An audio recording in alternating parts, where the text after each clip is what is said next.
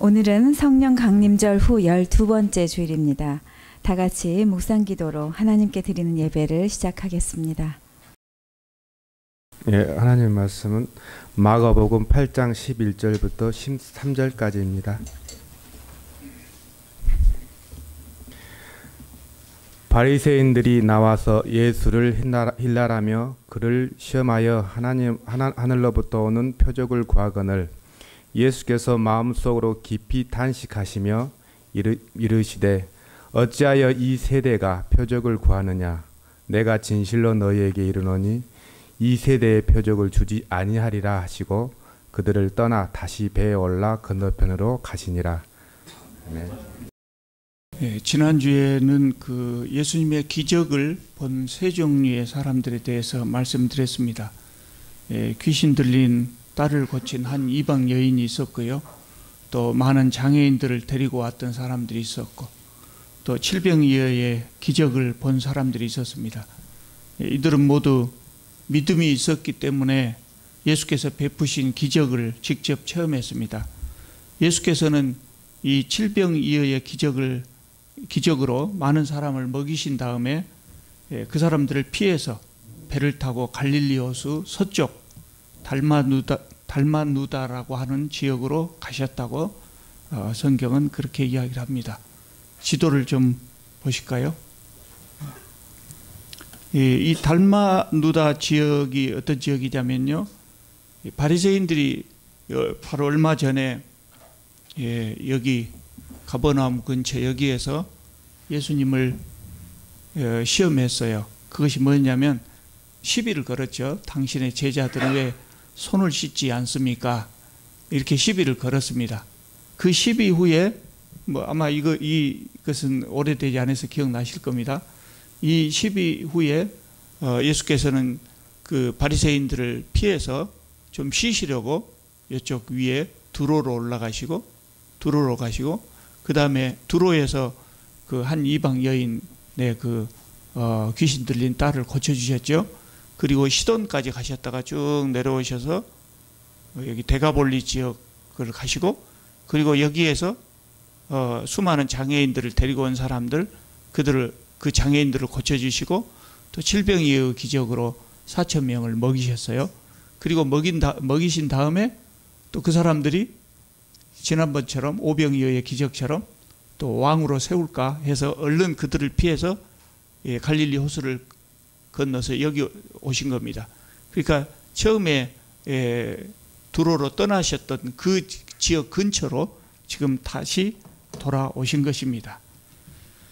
예수께서 이곳에 돌아오시자마자 본문 11절을 보면 바리새인들이 다시 예수님께 와서 예수님을 시험했다고 했습니다. 그 내용이 뭐냐면 하늘로서 오는 표적을 보이라. 하늘에서 온 표적을 보이라는 거예요. 기적을 행해서 기적을 우리에게 보여주므로 당신이 선지자라고 하는 것을 증명해라 하는 겁니다. 옛날에 제사장들은 제사장이 될 때 공적으로 취임식을 가졌습니다. 그리고 제사장들은 다 레위 지파입니다. 그러니까 어떤 사람이 제사장이라고 하면 이 사람이 제사장인가 아닌가를 누구나 알 수 있습니다. 취임식을 거쳐서 제사장이 됐기 때문에. 근데 선지자는 그렇지 않았거든요. 선지자는 누구든지 하나님께서 선지자로 부르시면 방금 전까지 농부로 또는 목동으로 일했던 사람이라고 할지라도 선지자로 부르시면 바로 가야 됩니다. 그렇기 때문에 선지자로 하나님께서 보낸 사람들은 세상 사람들이 볼 때 이 사람이 정말 하나님이 보낸 사람인가 아니면 자칭 선지자인가 알 수가 없거든요. 그래서 선지자들은 자신이 하나님이 보낸 사람이라고 하는 것을 스스로 증명해요. 이것을 증명하는 방법이 주로 기적을 행하는 것이었죠. 그래서 모세가 홍해를 가른 것 같은 기적, 또는 엘리야가 하늘에서 불을 내려오게 한 것 같은 그런 기적, 이런 기적들을 보여야 됐습니다. 이런 기적은 하나님만 하실 수 있기 때문에 이런 기적을 행하는 사람은 하나님이 파송한 선지자로 그렇게 인정되었던 겁니다.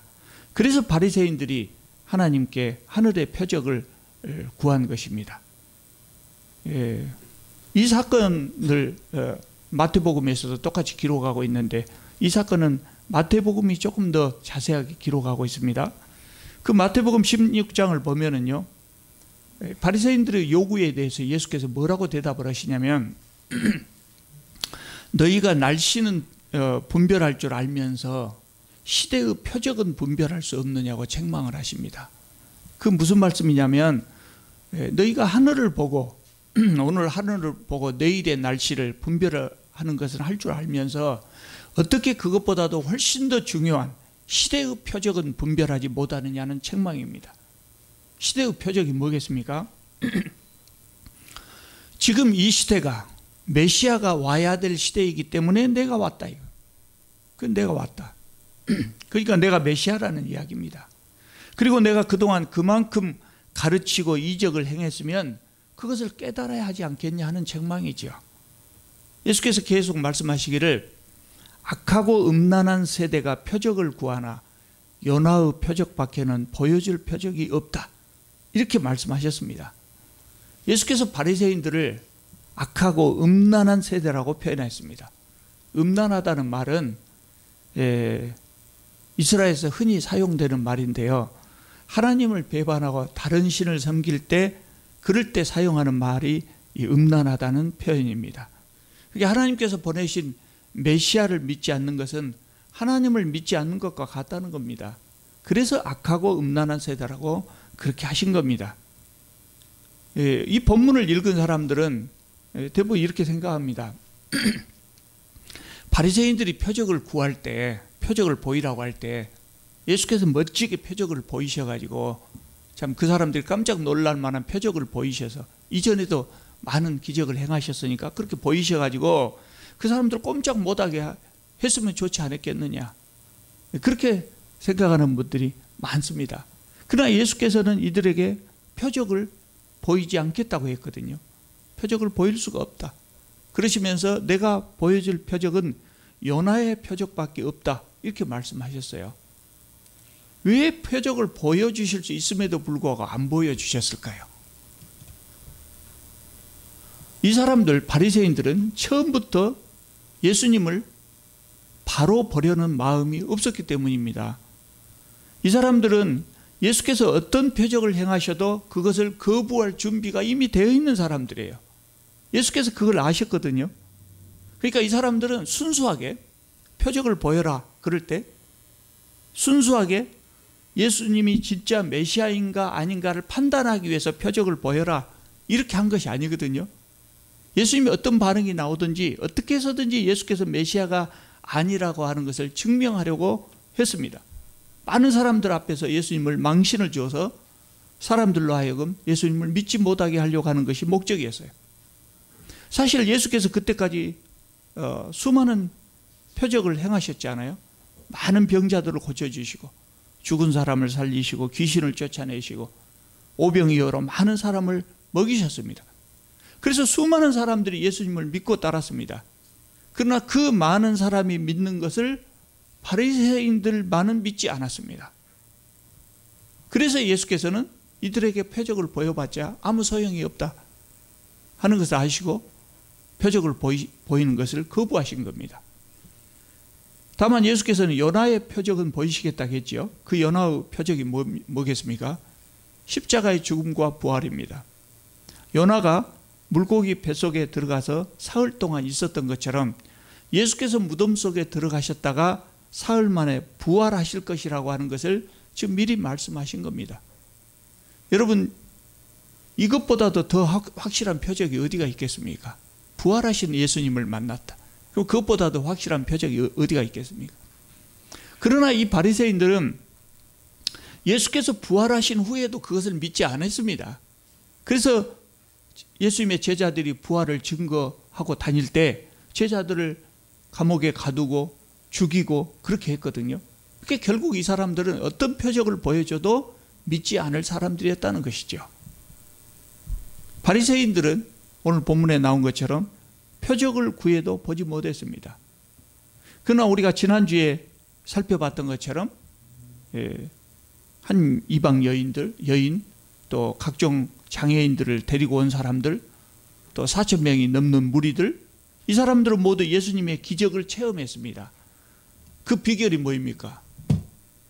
이들이 요구하지도 않았던 그 표적을 봤던 그 비결이 뭐입니까? 그 지난주에 제가 큰 믿음이라고 했거든요. 믿음이 있었기 때문입니다. 이들이 믿음을 소유했기 때문에 기적을 체험했습니다. 예수님의 기적은 큰 믿음을 필요로 합니다. 예수께서 기적적으로 사람들을 많이 치료해 주셨는데 예수께서는 믿음을 보시고 사람들을 치료했습니다. 그러니까 예수께서 기적적으로 치료하셨기 때문에 그들이 예수님을 믿은 것이 아니고 그들이 믿음을 가졌기 때문에 예수께서 그것을 보시고 아주 위대한 기적을 행하셔서 사람들을 치료해 준 겁니다. 우리가 이 순서를 정확하게 알아야 됩니다. 이것을 정확하게 알지 못하기 때문에 사람들은 기적을 보여라, 그러면 내가 믿겠다, 이렇게 말하는 겁니다. 여러분, 회의론자들은 기적을 보여줘도 믿음을 갖지 않습니다. 회의론자들은 기적을 보고 믿음을 가지는 경우는 극히 드뭅니다. 회의론자들이 기적을 보면은요, 아마 내가 잘못 봤겠지, 그래 버립니다. 우연이겠지, 이렇게 생각합니다. 그래서 회의론자들은 기적을 봐도 믿음을 갖기 어려운 겁니다. 여러분, 기적을 체험하시고 싶습니까? 누구나 다 기적을 체험하고 싶죠. 기적을 한번 보면 믿음이 아주 강해질 것 같죠. 큰 믿음을 가질 수 있을 것 같죠. 그런데 순서가 다르다고 해요. 여러분이 기적을 체험하고 싶으시면 큰 믿음을 가지십시오. 그러면 기적을 볼 수 있습니다. 여러분들 중에는 아마 제가 이 말씀하니까 그런 생각 하신 분도 있을 거예요. 나는 믿음이 있다, 그런데 아직 기적을 보지 못했다, 그런 분들도 있을지 모르겠어요.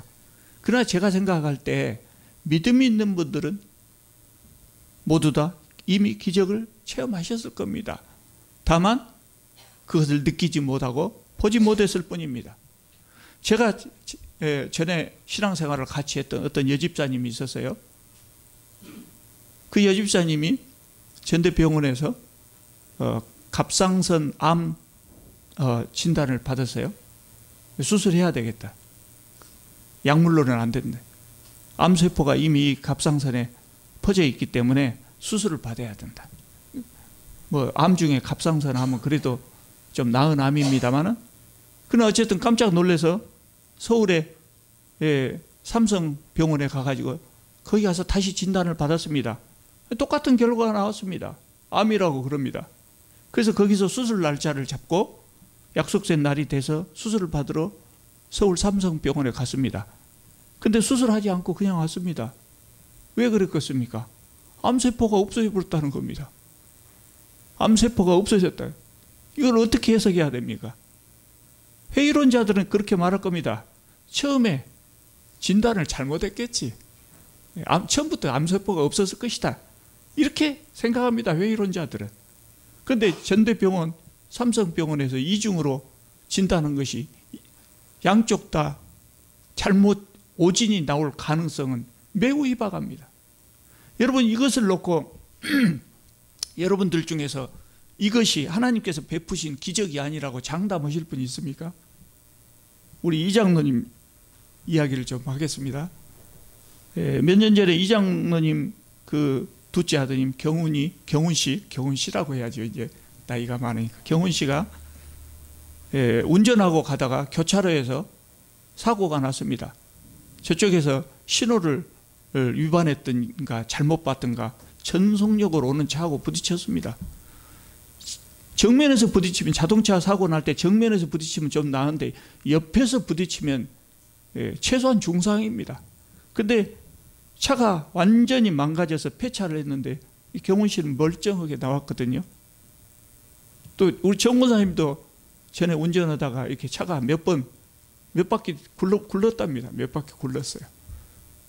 그래서 차가 많이 망가졌는데 권사님이나 두 아들은 다 멀쩡하게 차에서 나왔습니다. 세상 사람들은 이것을 보고 우연이다, 야, 운이 좋았다, 이렇게 말할 겁니다. 그런데 여러분들 중에서 이것이 하나님께서 베푸신 기적이 아니라고 장담하실 분이 있습니까? 물론 우연이고 기적이 아닐 수도 있죠. 그런데 누가 이것이 기적이 아니라고 장담할 수가 있겠습니까? 사람의 목숨이라고 하는 것이 질기기도 하다고 하지만 사실은 사람 목숨이 그렇게 대단한 것 아닙니다. 제가 잘 아는 어떤 권사님은 남편 장로님하고 오후에 산책 나갔다 오셔서 땀을 씻기 위해서 욕실에 들어가서 샤워로 들어갔다가 미끄러져 갖고 그 자리에서 즉사하셨습니다. 바로 돌아가셔 버렸습니다. 인간이라고 하는 것이 이렇게 간단히 죽을 수도 있습니다. 근데 자동차가 폐차될 정도로 사고가 났는데 사람은 멀쩡했습니다. 근데 이것을 하나님께서 베푸신 기적이 아니라고 누가 장담할 수 있겠습니까? 우리는 사실 매일 기적을 체험하고 있는지도 모릅니다. 그런데 저는 그렇게 생각합니다. 하나님께서 날마다 우리들을 기적적으로 돌보고 계신다고 저는 그렇게 생각합니다. 그런데 우리가 믿음이 부족하기 때문에 그것을 보지 못하는 것일 뿐이다. 그것을 볼 수 있는 눈이 없을 뿐이다. 저는 그렇게 생각합니다. 여러분 생각해 보세요. 어떤 사람이 의사가 도저히 고칠 수 없는 중병에 걸렸습니다. 그래서 병원에 갈 필요도 없게 생겼죠. 그래서 병원에 가지 않고 오직 기도하고 하나님께 매달렸더니 병이 나았다. 그러면 그런 경우에는 대부분 하나님께서 치료해 주셨다고 믿습니다. 하나님께서 정말 신의 은사를 내게 베풀어 주셨다. 내가 기적을 체험했다. 그렇게 믿습니다. 그런데 그런 경우만 있겠습니까? 저는 아직 암세포가 제 몸에 자란 적은 없습니다. 하나님께서 저를 특별히 사랑하셔가지고 아직 할 일이 많다 이렇게 생각하시고 가정입니다. 그렇게 생각하시고 날마다 제 몸을 특별히 돌봐 주셔가지고 암세포가 조금 나타나자마자 즉각 제거해 버린다고 가정을 해보십시오. 하나님께서 계속해서 날마다 제 몸에 기적을 행하고 계시는 겁니다. 그런데 제가 깨닫겠습니까? 그것을? 암세포가 검사할 때마다 나오지 않는데 그걸 깨달을 수 있겠습니까? 하나님께서는 날마다 저에게 엄청난 은혜를 베풀고 계시지만 우리는 그것을 깨닫지 못할 수도 있다. 그래서 큰 믿음이 필요하다는 겁니다. 믿음의 눈을 가진 사람은 그 기적을 볼 수 있는 겁니다. 큰 믿음을 가진 사람은 일상생활 속에서 날마다 하나님의 기적을 봅니다. 그러나 믿음이 없는 사람은 날마다 자신에게 나타나는 하나님의 기적을 그저 우연이라고만 생각하는 것이죠. 그런 차이가 있을 뿐입니다. 여러분 누구든지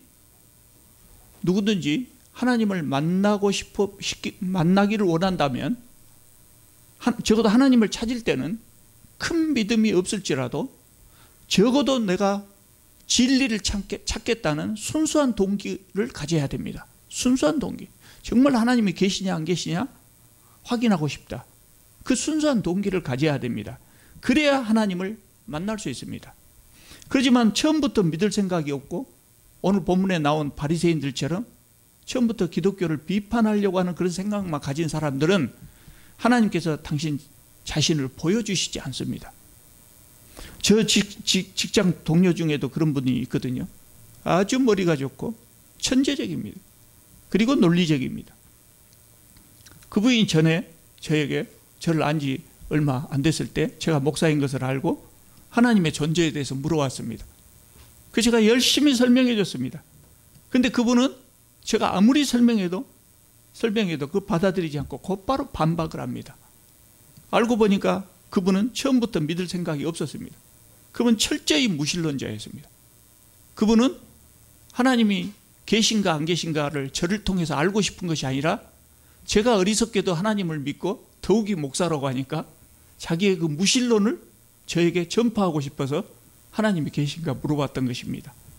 지금은 그분이 아무리 물어도 논쟁을 하지 않습니다. 이런 분들은 정말 하나님 만나기가 어렵습니다. 참 안 됐죠. 하나님 만날 수가 없어요. 하나님 보여주신다 해도 잘못 받겠지. 그럴 겁니다. 여러분 우리가 전도를 할 때요. 어떤 사람들은 하나님의 존재를 증명해봐라. 그러면 내가 믿겠다. 이렇게 말하는 사람도 있습니다. 그럼 그때 우리가 어떻게 해야 됩니까? 하나님의 존재를 증명해라. 그러면 내가 믿겠다. 심심치 않게 그렇게 말한 분들이 있습니다. 그럼 어떻게 해야 됩니까? 뭐 여러 가지 방법이 있겠지만 제가 생각할 땐 그렇습니다. 첫째로 말씀드리고 싶은 것은 그런 사람들하고 논쟁할 필요가 없다. 논쟁할 필요가 없다는 겁니다. 그리고 두 번째로는 하나님의 존재를 증명하려고 애쓸 필요도 없다. 그걸 말씀드리고 싶습니다. 그래서 그냥 복음만 전하시면 됩니다. 믿고 안 믿고는 그 사람의 목입니다. 그 사람이 복이 있으면 믿을 것이고 복이 없으면 믿지 않을 것입니다. 하나님의 존재를 증명하라고 하는데 성경 속에는 하나님께서 베푸신 수많은 기적들이 나와 있습니다. 성경 속에는 예수께서 베푸신 수많은 기적들이 나와 있습니다. 그리고 많은 증인들이 그 기적을 봤다고 우리에게 증언하고 있습니다. 오늘 본문을 기록한 마가도 역시 그런 증인들 중에 한 사람입니다. 그것뿐입니까?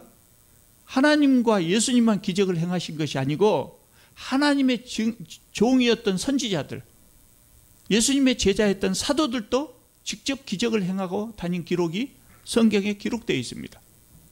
그런데 성경을 보면서도 믿지 못하겠다, 하나님을 직접 보여라, 이렇게 한다면 그 사람은 우리가 기적을 보여준다고 할지라도 믿지 않을 것입니다. 그것은 우연이다, 그렇게 말하고 믿지 않을 것입니다. 믿을 사람은 우리가 길게 말하지 않아도 우리가 짧게 전하는 말 속에 감동을 받습니다. 또 성경만으로도 하나님의 존재를 발견합니다. 또 어떤 분들은 성경을 보기 전에, 전도를 받기도 전에 하나님의 신의 존재, 하나님인가 아닌가는 모르지만 신의 존재를 믿고 있는 사람들도 많이 있습니다. 그래서 우리가 전도하면 그런 사람들은 그렇게 말합니다. 나는 이 세상을 다스리는 신이 있다는 것을 믿고 있었습니다. 그런데 그분이 바로 하나님이셨군요. 그렇게 말하는 분들도 많이 있습니다. 그런데 기어이 내 눈앞에서 하나님을 보여라고 주장하는 사람들과 논쟁할 필요가 있겠습니까? 사실 우리는 전도할 때 상대방이 믿게 하기 위해서 기적을 베푼다고 하는 것은, 전도할 때마다 우리가 기적을 베푼다고 하는 것은 우리가 할 수 있다고 하더라도 그것은 좋은 방법은 아닌 것 같아요. 예수께서도 내 존재, 내가 메시아다 하는 것을 믿게 하기 위해서 기적을 베푸신 것은 아니거든요. 우리는 삶 속에서 전도할 때마다가 아니라 우리는 삶 속에서 기적을 행해야 합니다. 그러면 세상 사람들이 우리의 기적을 보고 하나님을 믿을 것입니다. 그 기적이 무엇이겠습니까? 첫째로는요, 예수님을 믿은 다음에 우리의 삶이 변해야 됩니다. 우리의 삶이 변해야 됩니다. 도저히 변할 수 없는 사람이 변하는 것, 기적 아닙니까? 기적 아닙니까? 우리 주변에 있던 사람들 우리를 보고 저 사람 예수 믿고 완전히 딴 사람 되어버렸다, 그런 말이 나오게 해야 됩니다. 이것이 기적 아니겠습니까? 또 있습니다. 또 제가 너무 자주 말씀드리기 때문에 좀 지루할지 모르겠습니다만은, 두 번째 기적은 뭐냐면 예수 그리스도의 사랑을 확실하게 보여주는 겁니다. 우리가 전도할 때 옛날에 성경을 보면 옛날에 예수께서 이렇게 저렇게 사랑을 베푸셨다, 이것만 자랑하고 다녀갖고는 안 됩니다. 우리가 그분의 사랑을 우리가 직접 보여줘야 합니다. 헌금을 모아서 가난한 사람들을 치료하고 먹이고 그런 모습입니다. 물론 우리가 보이기 위해서 그런 일을 하는 것 아닙니다만은, 교회는 그런 것을 통해서 그런 것을 행해야 합니다. 그것이 바로 기적이라는 것이죠. 세상 사람들은 자기 번 돈 자기만을 위해서 사용합니다. 그러나 우리는 정말 어렵게 피땀 흘려서 번 돈을 가지고 그것을 이웃을 위해서 사용한다면 그것이 기적이 아니고 무엇이겠습니까?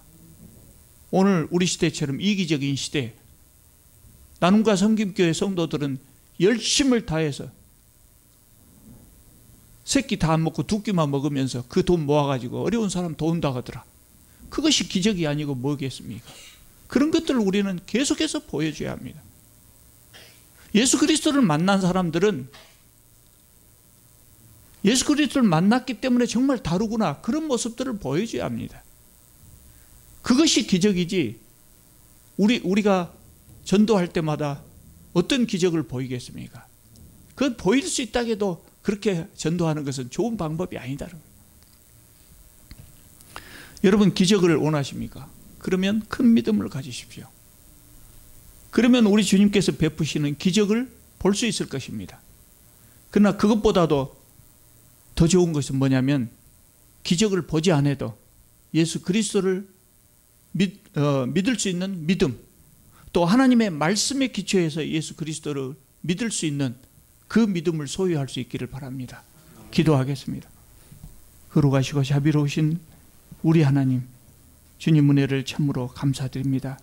저희들을 사랑하사 날마다 지키고 돌보아 주신 것을 감사드립니다. 저희들이 모를 때에도, 저희들이 깨닫지 못할 때에도 저희들을 돌보시고 위로해 주신 우리 하나님 참으로 감사드립니다. 주님, 저희들에게 나타나는 주님의 그 놀라운 손길을 볼 수 있는 믿음의 눈을 갖게 하여 주시옵소서. 또 우리 삶 속에서 예수 그리스도의 사랑을 실천함으로 세상 사람들에게 주님의 모습을 보일 수 있게 하여 주시옵소서. 예수님의 이름으로 기도하옵나이다. 아멘.